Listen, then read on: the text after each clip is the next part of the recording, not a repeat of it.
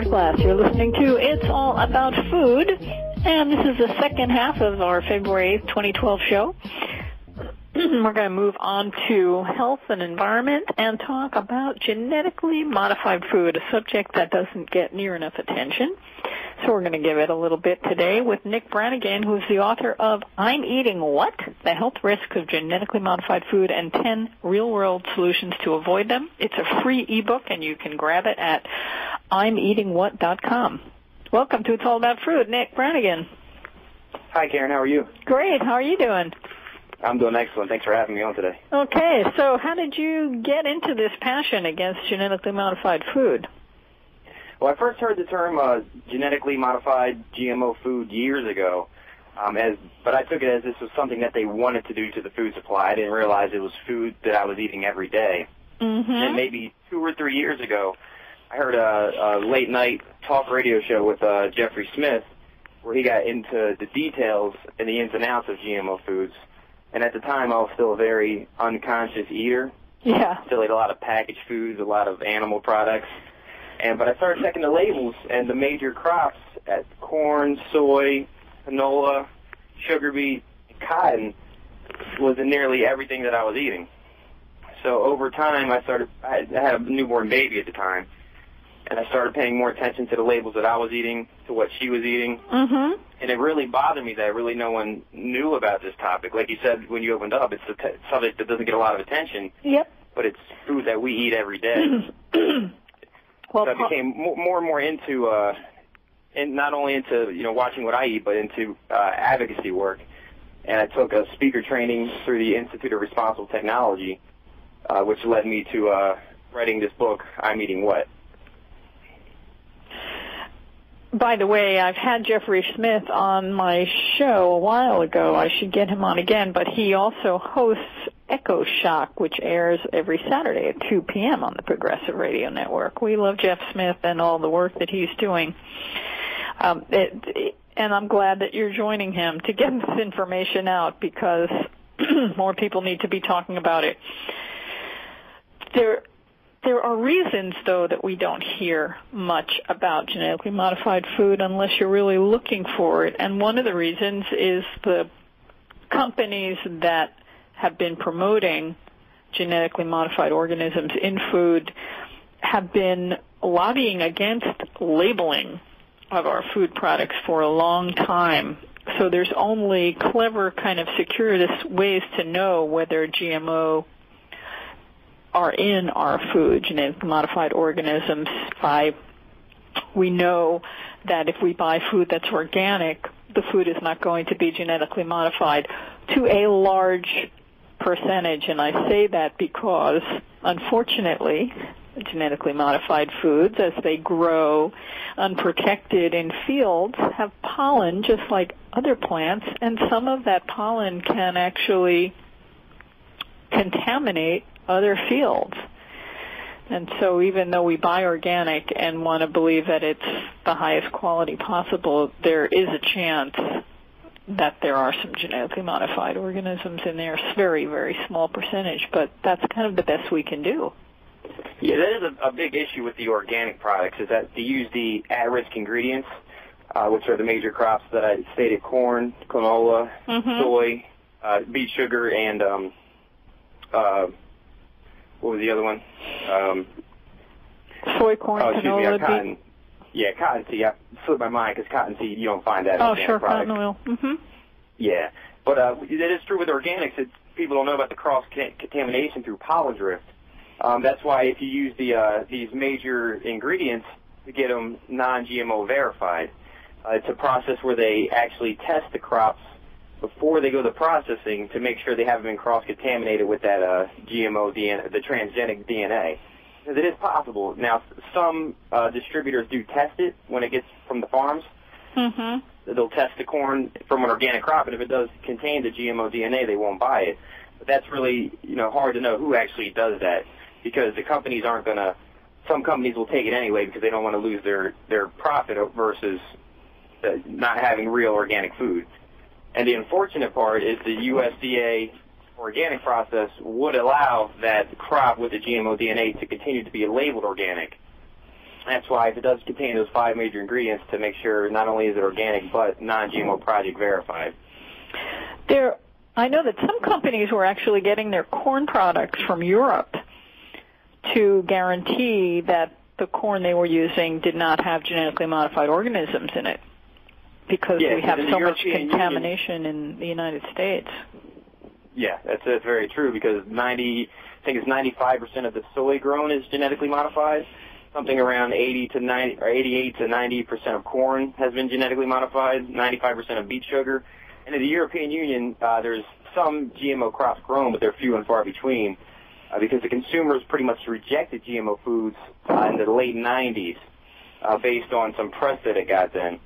And all the major American food companies withdrew GM ingredients from their European lines, but they kept them in the American products because Americans are so in the dark about what they eat, especially when it comes to this GMO food.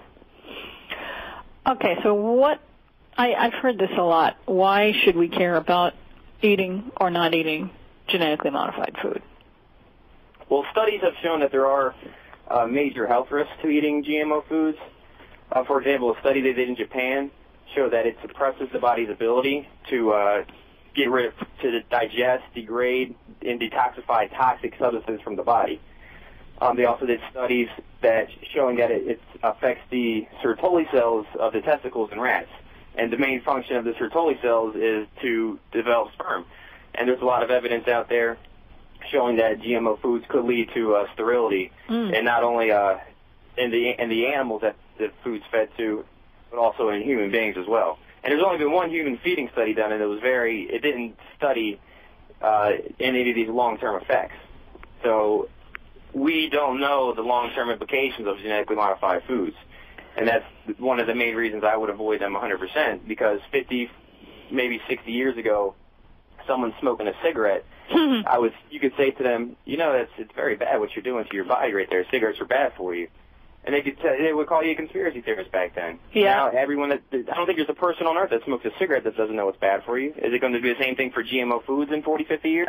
Yeah, doctors used to promote cigarettes as healthy. Yeah, you see a lot of advertisements saying doctors recommend this brand of cigarettes. Yeah. I've read numerous reports that say that they've done long-term studies, and those studies are usually like 90 days. They're not long-term, and they're not on humans. Yeah, in my research, the longest study I've come across is like a 24-month study on rats. Mm-hmm. And rats have very similar DNA code to human beings, but in just the 2 years, there are showing negative side effects in the rats. Now, I'm always talking about how it's important to eat primarily a plant-based diet, organic, locally grown, and you were mentioning that a large percentage of the corn and soy that's grown in this country is genetically modified, and most of it is to feed animals, which ultimately become food for people. But those genetically modified organisms stay intact, and you can get them by eating the animals. Yeah, it's definitely I believe that the percentage is something like 80% is fed to these factory farm animals. Mm-hmm. So the number one thing you could do is go vegetarian. Now, personally, I follow a vegan diet, but I do support the organic dairy companies, because if people still want to get dairy products, by buying an organic one, that's right there you were drawing the support from all that GMO feed that's fed on these animals. And, for example, you can go to the store, and I don't eat eggs either, but you can see there's eggs that are omega enhanced. How do they enhance those eggs? They feed the chickens flax seeds. So the trace from the flax seed is transferring over to the final egg that comes out that you're buying. So if they're feeding these chickens and these animals GMO corn and GMO soy, I think it's a little obvious that DNA is getting transferred over to their final product as well, the eggs and the dairy and the meat. Yep. Well, I'm glad to hear you're not eating dairy and eggs. That's a good thing. But it is important to acknowledge that other people do. And when it comes to genetically modified, even if we're not eating genetically modified, if plants are growing around, they can contaminate everything. And so we really want to get these things off the planet. Yeah, for the example, the beet sugar has contaminated Swiss chard, I believe, and conventional beets with the DNA, transgenic DNA. So you may get a beet thinking, oh, it's not genetically modified. Well, it actually could be. Fortunately, it's not sprayed with the deadly pesticide glyphosate, but we don't know what the GMO process is doing to us long term, not let alone the heavy chemical spraying that they do. Now, one of the things that I think would help is proper labeling, and there's been all kinds of studies that have shown the power of some very simple labeling. There was one recently where they studied putting in a hospital on beverages that were labeled green were healthy, red were not healthy, and yellow or somewhere in between, and people went more for the green labeled beverages. It increased significantly from what they were doing before when it wasn't labeled. So there is definitely an impact in labeling, and the companies that make genetically modified food know that. That's why they don't want things labeled, although they'll talk and say that there's no difference in their food, and so it doesn't have to be labeled because the food isn't different. Well, for them to say that it's such an idiotic statement, it's in contrary to what they call the food. It's genetically modified. Mm-hmm. So by definition, it's different than a non-modified food. And there's no logical argument against labeling. Just like you said, they know they're going to lose all their profits. People are going to stop buying genetically modified food once they can clearly see the label on there. It's like when you go to people that drink orange juice. Some orange juice says 100% juice. Some orange juice says made from concentrate. Some people don't care if it's from concentrate. Some people want 100% juice. That's all it is. People just want to know what they're eating. Yep. And there's no logical argument against labeling. It's not going to keep everyone away from genetically modified, but it's a first step. Yeah, I mean, I am kind of on the side that if people want to eat that food, best of luck to you. You should be able to eat it. It's just going back to the pollen drift. That is an issue, to where it is contaminating other crops, and that's not fair to consumers and to the organic farmers. But, if you want to eat GMO foods, go right ahead. It's up to you. But people should have the right to know, and people should have a choice. And there's no logical argument against that. Let's put the personal health thing aside, although what I'm going to say really is going to affect personal health anyway, but let's talk about the environment for a minute and how genetically modified foods affect the environment. And there's a number of different ways that growing GMO food has adverse effects on the environment. Yeah, well, for people that don't know the GMO process, the main crops are designed to get heavily sprayed with a toxic herbicide and not die. The main herbicide is produced by Monsanto called Roundup. Its main name is glyphosate. And they've been doing a lot of studies lately that have been coming to light that the glyphosate actually penetrates the groundwater. It's been found in the air in a couple of southern states. It's been found in the rain. So the genetically modified process alone is bad enough through the pollen drift, but you spray this heavy herbicide on the soy plants, it kills all the weeds around it, but the soy doesn't die. And they've been finding that the weeds have been becoming more immune to the glyphosate spraying. They're calling them super weeds. So the response to that is let's spray more herbicide on it. So the herbicide spraying has doubled since the planting of genetically modified soybeans. And you see a lot of spin from mostly Monsanto's, but all these chemical companies, where they talk about how pesticide spraying has gone down due to the BT cotton and BT corn. But what most people don't know, there's a difference between pesticide and herbicide. Oh, I'm so glad you brought that up. Mm-hmm. Yeah, the herbicide, I found this out in my research for this book, so this is news to me. So the herbicide spraying has gone way up, and the pesticide spraying may have gone down, but people are eating concentrated levels of pesticide now. So let's just talk a minute. It's easy to know what the difference is. Pesticides kill pests like bugs. Yes. Herbicides kill weeds, the plants that interfere with the growth of the desired plant that you're growing for sale. But they're both toxic. Yes, precisely. Yeah, and when genetically modified foods were coming out and companies like Monsanto were promoting them, one of the things that they kept saying was that it was going to reduce, like you said, the use of pesticides, and this was supposed to be a great thing for the environment, but ultimately we're using more toxic chemicals in the form of herbicides. Yeah, I think the number I saw was something like 98% increase in spraying of herbicides. And it just shows you that the PR spin of these companies is they just don't use that word herbicide. So what they're saying may be true, but like I said, that's a spin too, because since the plants, the cotton and the corn produce their own pesticide, we're eating concentrated levels of it now. Well, let's talk about that now. So there's another kind of genetically modified organism that enables the plant to produce what's normally a natural pesticide in their plant, in their own structure. Yeah, what it's called is a Bt toxin. It's made from a bacteria that is naturally occurring, and it's what's sprayed on organic crops. So what they did is they took this bacteria gene and they inserted it into the genes of corn and cotton, which are the main two Bt crops. So now these corns produce their own pesticide, their own Bt toxin, and concentrated levels. So the spraying has gone down, but now if you're eating a Bt corn, you're eating concentrated levels of the Bt toxin that you're not washing off. It's in the cells of the plant.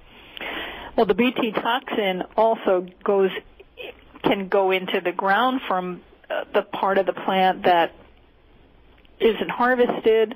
There are bugs and small animals that might nibble on some of them and be affected by it too. And so there's just more of this Bt around, and they will tell you that it's not toxic, but the levels are increasing, and certainly when we eat the food, the levels that we consume are a lot more than ever before. Well, this variety of corn, too, and this is something really important. If you haven't heard this, it may shock you, that this variety of corn is actually a registered pesticide through the Environmental Protection Agency. So if you're eating this genetically modified corn, you are eating what the EPA considers a pesticide. Wow. Yeah, it's pretty mind-blowing, isn't it? And there's another issue with this, with what they're calling superbugs, is that bugs that are eating this Bt corn and Bt cotton, the insecticide splits their stomach open. But there's a small percentage of these insects that are immune to it. So as all the other insects die off, there's these insects that are immune to it, and they're mating and reproducing. So now all the insects in the area are all, quote-unquote, superbugs, and that's all there is. So they're eating the crops, and they're not dying from it. Just like there are super weeds, there are super bugs. Yeah, so the so-called benefit of both of these genetically modified crops are showing that eventually it's no longer going to benefit anybody. I personally think what needs to be done, in addition to not using genetically modified seeds, is our farms need to be smaller. They're too big. These giant agribusinesses are growing all these monocrops, and it's such an unhealthy way to grow food. So we need to bring systems back that encourage small farmers, and then they can use organic permaculture techniques that nature provides for us, growing different plants and certain plants around other plants that inhibit pests coming around and eating the plants, and a farm that's small makes it possible for the workers and the farmers to survey the fields to see what's going on and make manual adjustments in order to protect the crops. And this is all doable on a small scale. We need to bring that back. And it's happening in small pockets here and there. Yeah, and this is how food was harvested for thousands of years. This whole pesticide industry has only been around, I believe, 60 or so years. Pretty much since after World War II. Yeah, since World War II. So we look at this like this is the only way to do things, but food's been around for, how long? Longer than humans? Is that safe to say? Sure. There's a way that this has been done for thousands of years, and 60 or so years compared to millenniums, I think, we have a better option than what we're doing now, because that option was used long before it is now. Well, part of the challenge is that there are more humans on Earth than ever before, 7 billion, and how do you feed all of those people? It's not through genetic modification. That's a talking point. People call them GM myths. I call them talking points. That's all they are. They've been saying that's their number one. GMOs will feed the world. Well, you've been genetically modifying crops for 20 years. They're still starving people around. When are they actually going to feed the world? Mm-hmm. And they're not, because that's just something they say, and people hear that and say, oh, that sounds reasonable. GMOs feed the world. Okay, that's fine, without doing any further research on it. Well, there are some really horrible stories that have happened around the world, in India, for example, and some other countries where farmers have used genetically modified seed and the yields have been terrible, and they've had a lot of debt that they weren't able to pay off, and as a result committed suicide. There's been a lot of that. Yeah, I believe there's actually a documentary coming out on that issue. It's something that I haven't looked into too much because it's a hard issue to look into. But there is a documentary. If it's not out already, it's coming out soon. That's regarding the suicides of the Indian farmers. I saw one a few years ago that Vandana Shiva was involved with on that subject. Of course, I can't think of the name at this moment, but it was very difficult to watch. The stories were really just really frustrating and upsetting, where people really put their heart and soul into what they're doing and things that all they wanted to do was improve their yields and maybe profit a little more to benefit their families. And what happened was things just became so dramatically worse. Yeah, and because what they do is they put a patent on these seeds, the biotech companies. So they actually own the seed. So if a farmer plants the seed, he's not allowed to save the seed, and if he does, then he's going on patent infringement. And Monsanto has sued maybe hundreds of farmers over the years for using their patented seeds. And there's actually a court case right now going on in New York City where these farmers are suing them back, saying you shouldn't be able to patent these seeds, and if you do, you shouldn't be able to sue farmers for your transgenic DNA getting in our crops. Well, that's good news. I'm glad to hear there's a suit in New York going on. Yeah, I don't know the result of it yet. It's been going on I believe it started at the end of last month, so it's still pretty new. But it's one major step to go at least in the right direction for the protection of the farmers. Okay, so how do you avoid genetically modified food? Well, the first is to know the ingredients, not just the corn, canola, cotton, soy, and beet sugar, but all the derivatives too. A lot of the stuff in these packaged foods usually come from corn or soy, like MSG, xanthan gum, sucrose, fructose. So you can do a web search and find out all those ingredients. Also, too, no honey that's not organic. Again, the animal products that are non-organic or should be to avoid. You can look for the non-GMO verified label and buy organic. Your best bet is making a transition over to mostly whole foods, because very few actual whole foods have been genetically modified. So when you kind of take the process of the cook for yourself and go through the whole process of getting away from packaged food is the best way to avoid GMOs. I might also recommend supporting any local organic or non-GMO cafes in your area. Again, going to the small farms where I live in Las Vegas, there's actually a handful of organic farms, and they have a CSA program, which is Community Supported Agriculture, where they actually bring you vegetables every week. And obviously they don't do anything genetically modified. So those are just the ways to start. And I would recommend, too, if you live in California, support the labeling campaign going on there right now.